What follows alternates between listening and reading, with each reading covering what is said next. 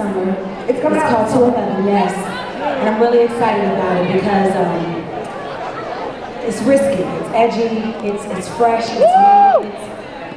I haven't heard myself on music like this in a very, very long time. I'm excited to know what the fans are going to think, the stars, and that's what I call it. That's what I call it, my fans are stars, because they keep me bright, they keep me shining. So I know you work with Rico Love, you work with Frank Ocean on the album. Sean Garrett. And I heard you say Frank Ocean, you love him more than professionally. What do you mean? Well, Frank Ocean is like my little brother. We worked together on my last album, and he was just coming into his own, but I could always tell there was something, you know, very special about him, and his way of expressing music was just so honest and different. And, you know, I told him, I was like, I knew you before everybody else did, so don't forget. You know the stars when you see him coming up. And you know, when I signed on to the radio for the very first time, it was about 16 years ago. I was 15, that's my story, I'm sticking with it. So, I signed on the radio, your song was the second song that I ever introduced. And so I sit here today, and it's surreal for me, because I grew up watching you grow up. You know, it's like we grew up together in our careers, in our lives and everything, you know, having kids. And what would you say is the key to longevity in this business? I think the key is staying true to who you are. And it's very tough to always keep it real with yourself in a business that's so, you know, surrounded by lies or all about images and facades. And I think for me, I had to learn it the hard way. So it's good to stay true to who you are, and it's also important that you continue to love what you do. And when you love what you do, I mean, you can do it all the time, and it's never an issue. You know, it doesn't feel like a job. So, He's doing it, Brandy!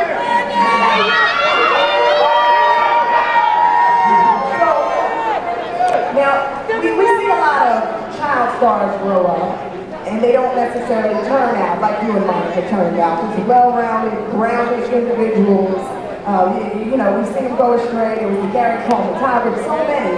How have you managed to stay focused and grounded throughout it all? Because you see a lot, you've been through a lot. well, I feel like I've come from a great family. I have a very, very strong mom and dad, and you know, it's all about our family. It's all about staying grounded, and we have the love of God as well. So I think when you keep honest people around you,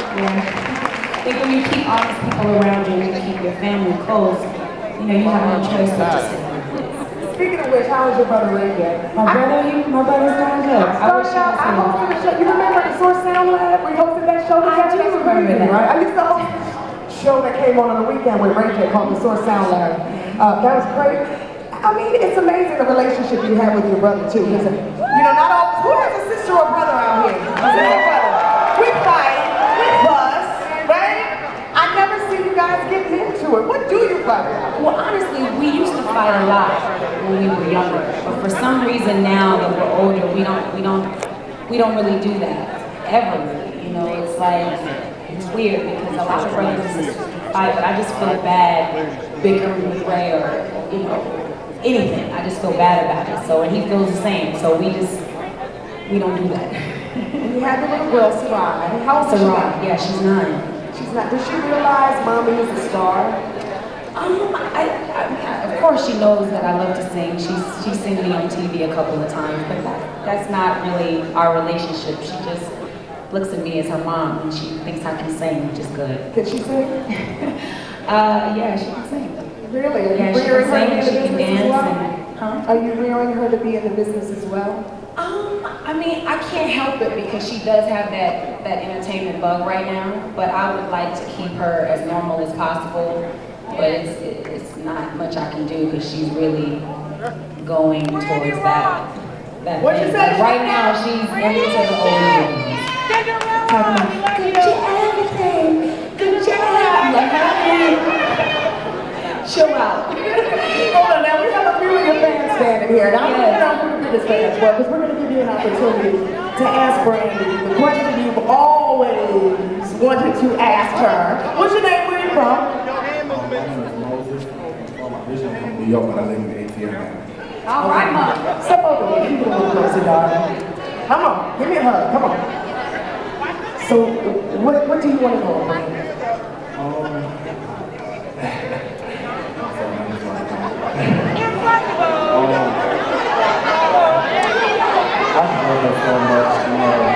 Love you too. I'd like to help Sister Spinning. I've been following her all the way since when she first came out. I know everything about her. I love her so much. I follow her. She follows me. That was like the biggest thing, the most important thing that ever happened to me. That she followed me. That she on DM me now, but one day hopefully I get that down. I need to get better with my DMs and my tweeting back. Are you crying? Are you crying? Wait! Are you crying? Oh my God! What Ryan Cameron said about how to win contest and hit you up, working with you later on, working with you each other throughout ATL. I used to listen to you when I was in New York. I was from I'm so happy for you to be here. And I'm blowing your timeline up. Can I have one more time? All right, thank you, darling. Thank you very much. And what's your name? Come on out.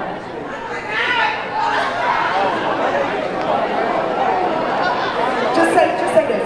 Woo-sa. Let it go. All right, what's your name? Yes, my name is Dr. Sherelle Luckett. I just graduated from the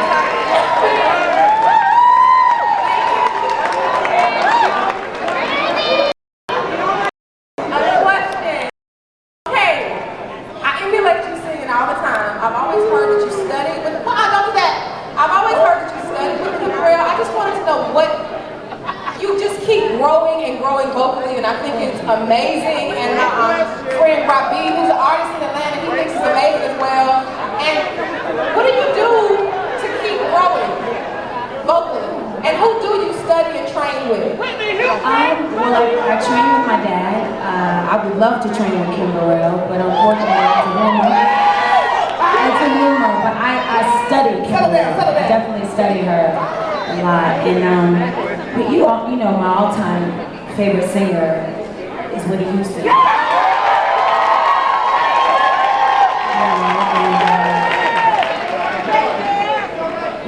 You know, I read an article, I think it was in a Rolling Stone a while back, and you said you knew you wanted to sing when you heard a Whitney Houston song. You were very, very young, and she inspired you. She inspired me. I was watching a concert that she was doing, and the way that people looked in the audience, you know, I remember it was like a 6-year-old little girl in the audience, and she was completely mesmerized and moved by Whitney's voice.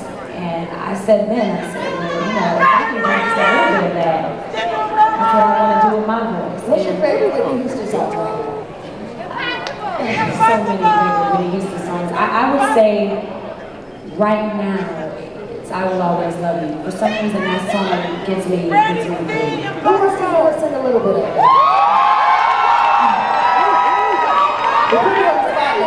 Just a little bit, okay?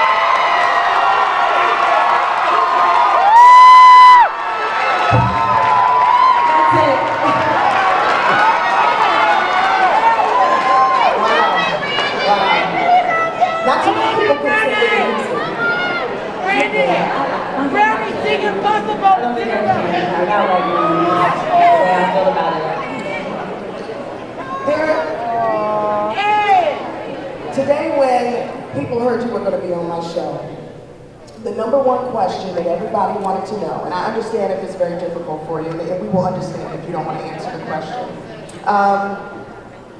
Whitney Houston, before she passed away, she handed you a note.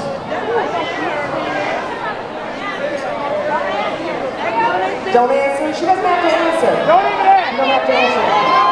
You want to keep that personal? Keep that personal. Well, we're going to have Brandy back up and talk to her in a minute. Of course.